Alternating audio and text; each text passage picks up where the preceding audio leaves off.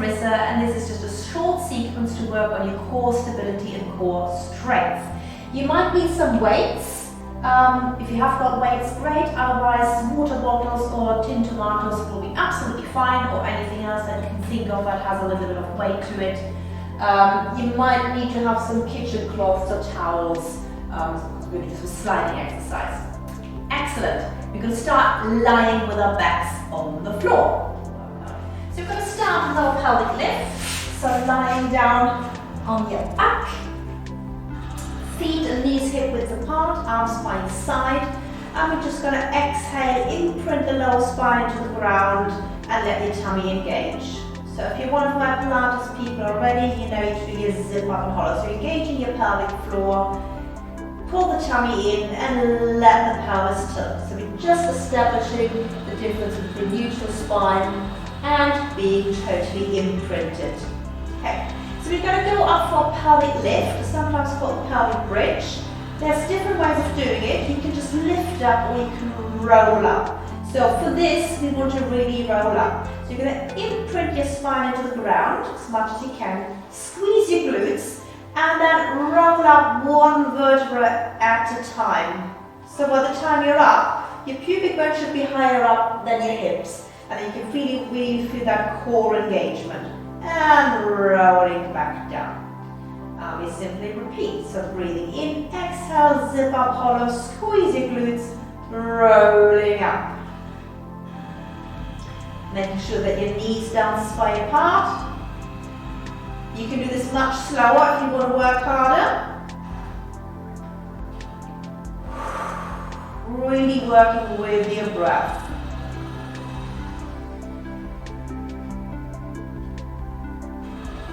So if somebody's really established with this exercise, you can take one leg off the ground.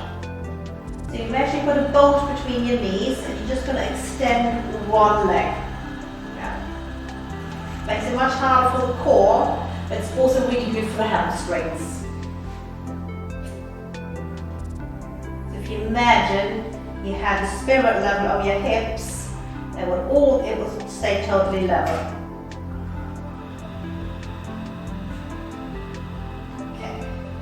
But quite often it's simply better to stick with a simpler version.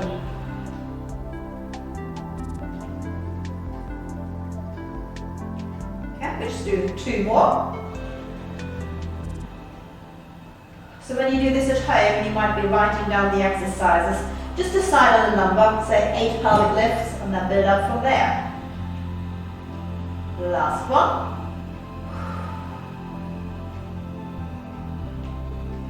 And rolling back down. Good. Bring your knees into your chest.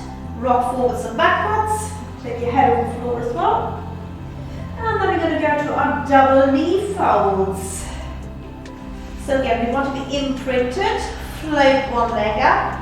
And the knee should be right off the hip. And your shin should be 90 degrees. So parallel to the floor of the ceiling. Mine usually floats up. There we go. And then you engage more. Bring the second leg up. And you're going to try and bring the first leg down without coming out of your imprint. So you really need to use your core there. And then the second leg comes down. And then you start on the other leg. So first leg up, second leg up, first leg down, second leg down. And again, it's really good to play around with different tempo. So nice and slow and controlled first. You can really feel how you need to engage your core, which muscles are working.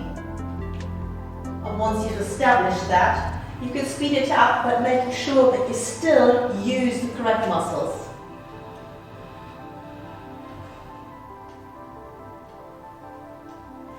Just a few more.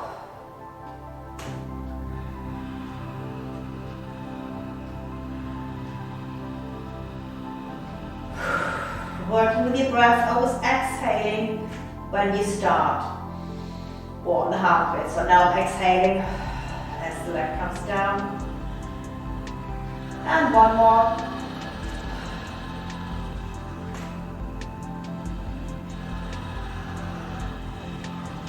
Very good. Bringing your knees to your chest again, rocking forwards and backwards.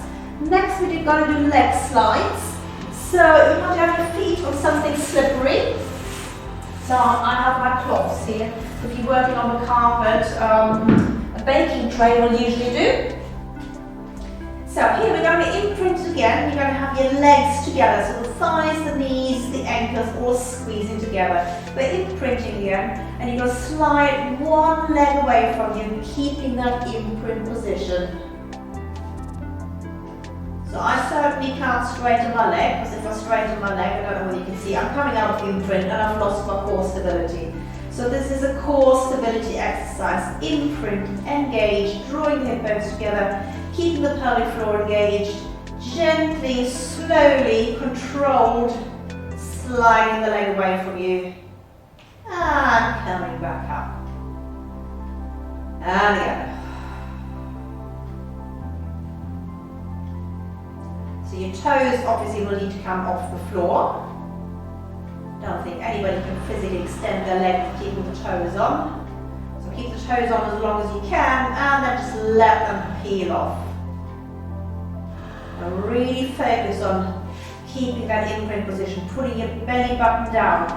Pull it in and out. Make sure your belly button almost comes out the other end of your spine. Keep that engagement.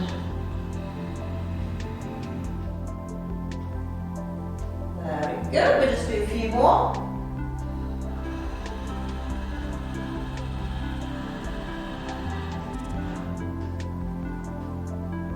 Let's do two more on one each leg.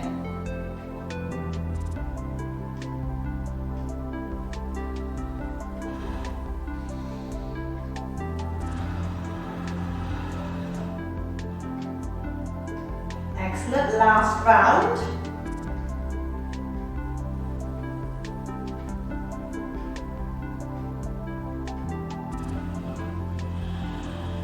And last time. Very good.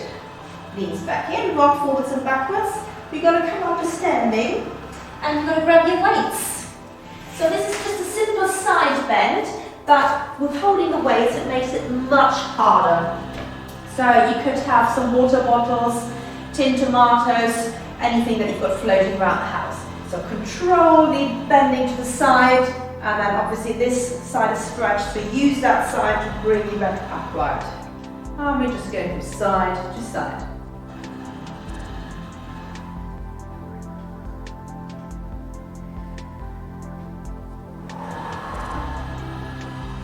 Making sure you keep your spine nice and upright. You could also do this with your back against the wall or against the door perhaps. Anything that's a nice flat surface, because that just makes sure that your shoulders stay nice and wide and open. As a matter of fact, I'm going to try it against the mirror. So you want to have your legs slightly further forward and your spine is in neutral. There we go. Yeah, that works really well.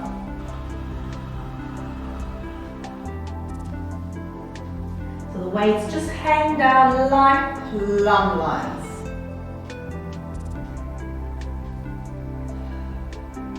This one doesn't feel too bad when you're doing it, but you probably feel it the day after.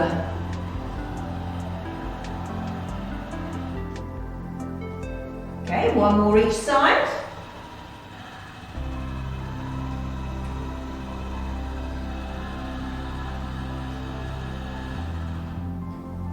Excellent.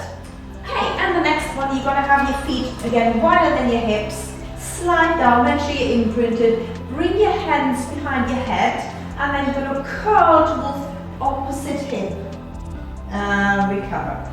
So it's basically oblique curls while standing up. And because you haven't got gravity to fight, gravity is supporting you, you actually get a much better curl.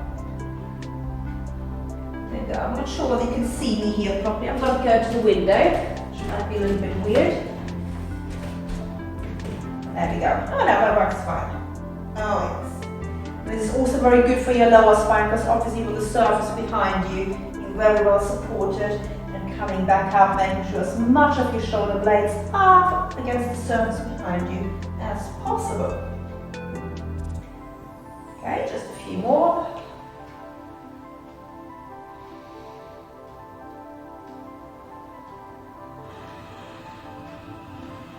Okay, last set.